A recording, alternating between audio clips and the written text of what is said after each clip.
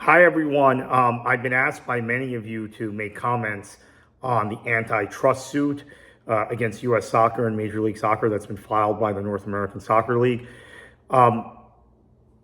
Before we get to that, I am a former NASL employee. In fact, I was one of their longest term employees. And then after I left the league in 2013, the league office, I ended up working for multiple NASL clubs, either as a consultant or as a staff person. So, I have. I'm not going to be testifying in this trial, but there was speculation that I would be called as a witness in the past. There had been speculation in the past that I would be called as a witness. That has not happened, so I feel like I can objectively cover this as a journalist. And because, in spite of my NASL affiliation, I think I've more than established my credibility as being fair on this issue and issues related to NASL. So I want to take. I've been in touch, tried to get some information, been in touch with people on both sides of the issue. But what I am going to do, rather than divulge those conversations, is to talk a little bit about what we have in terms of the actual press release or what's come out into the public from Front Office Sports. Front Office Sports says the lawsuit the league filed attracted dozens of lawyers and an overflow courtroom in Brooklyn Federal Court on Monday. Monday this week is when the trial began. That first day went more than 6 hours for opening arguments and promised testimony from NBA royalty. Maybe that's Carmelo Anthony. NASL's outside counsel is Jeffrey Kessler. I think everyone watching knows that. He ripped into the dominant soccer organizations in his 2-hour and 15-minute opening argument. I love how these websites just auto refresh while you're reading them. It's a small insular world, Kessler told the jury. Either you belong or you don't. Okay, so that sets the table. NASL alleges USSF conspired to bar NASL from competing with MLS, and then further unjustly deprived the upstart league of renewing its D2 status, Division II status, the second highest level in the U.S. soccer pyramid. Okay, so I'm going to first off say the NASL never met Division I standards and probably had no prospect of meeting Division I standards. And when USSF and MLS push back and say that, that's fair. But I think very clearly the Pro League standards, and we've talked about this for years, were constructed in a way that no one could challenge MLS. At this point, USL in 2025 is closer. I mean, I outlined it in an article the other day, how USL could create a Division I professional league out of its current setup, especially if they want to do Pro Rel, they're going to need to have a Division I. But how difficult it is because of where the goalposts have been put.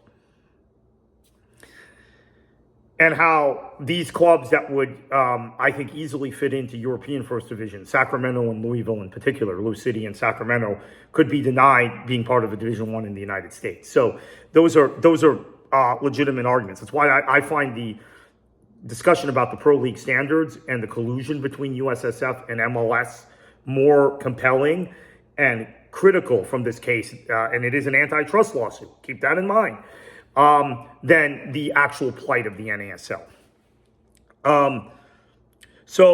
USSF outside counsel Chris Yates told the jury traffic was bailing out the league again and again and again, and that came to an end. The traffic sports crisis put the league in a downward spiral. Now, we figured this would be the defense from USSF and from MLS, and in fact, journalists who are connected, because there are some journalists who just, they don't write critical things about MLS. They don't want to write critical things about MLS or U.S. soccer. They want their access. Have put out this traffic narrative for years. I worked at the league at the time when traffic funded a lot of the league. It is true that Fort Lauderdale, which had always been a traffic club, right? Fort Lauderdale, Atlanta, and Carolina, now North Carolina, those three were supported by traffic. It is not true that Minnesota was owned by traffic. That was owned by the league. In fact, there was a lot of money pumped in from other owners in the league, which included an MLS owner now, Joey Saputo, and Tom Fath at Edmonton. Citrus Sports, that were the primary owners of the Tampa Bay Rowdies, they put in a lot of money into Minnesota also. Now, it is also true that Traffic was able to sell both Fort Lauderdale and North Carolina. Atlanta went away. There was 1 year the league managed Atlanta, and it was just not, it was kind of dumb. We see USL now potentially repeating this mistake with the Roswell project. Although they will have an anchor, right? They will have retail there. But why lower division leagues are obsessed with going into Atlanta.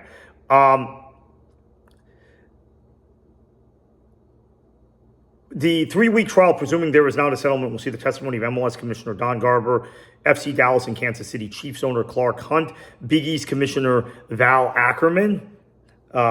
She was a USSF board member at the time, and soon to be NBA Hall of Famer Carmelo Anthony. Okay, I was right about the NBA angle, who owned the NASL Puerto Rico club. Kessler described longtime soccer executives Sunil Gulati and Don Garber as two peas in a pod. I think that's fair. Gulati had simultaneous roles with MLS and US soccer. This is very important to understanding what's going on here.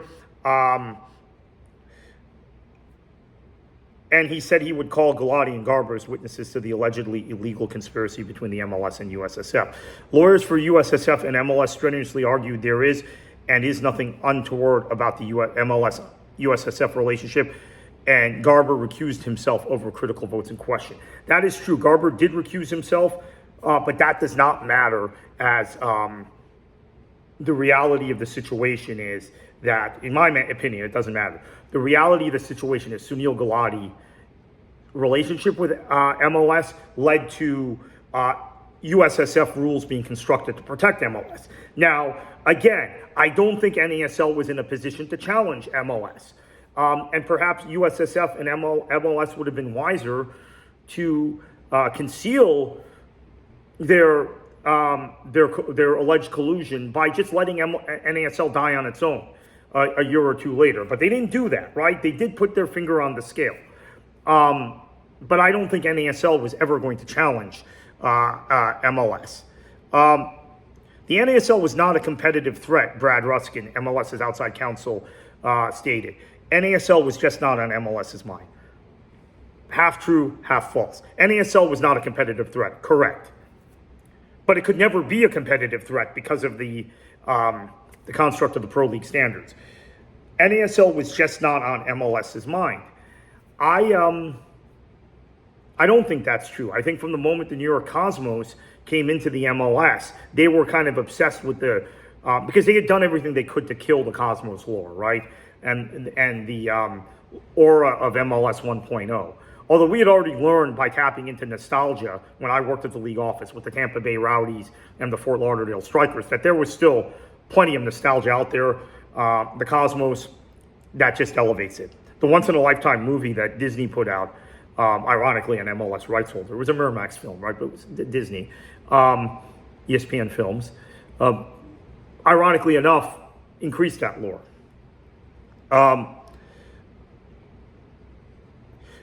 Kessler offered as proof of unfair treatment that USSF granted waivers to MLS over the years, allowing it not to meet stadium capacity thresholds and other standards necessary to secure a Division I sanction while denying them to NASL in 2015. That's true, but I would say a bigger issue was that USSF had entered into a business relationship with MLS through Soccer United Marketing, which was ongoing in 2015, even though it hadn't been properly papered, as it turned out, right? It was kind of a verbal agreement. That, I think, is a much bigger issue, because I think what you then have is MLS able to meet those standards eventually because they're being subsidized, effectively subsidized. That's what it is.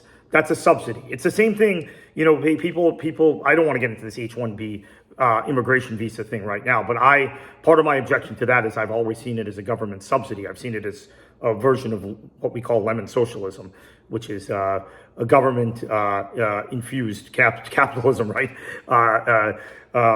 You're subsidizing companies.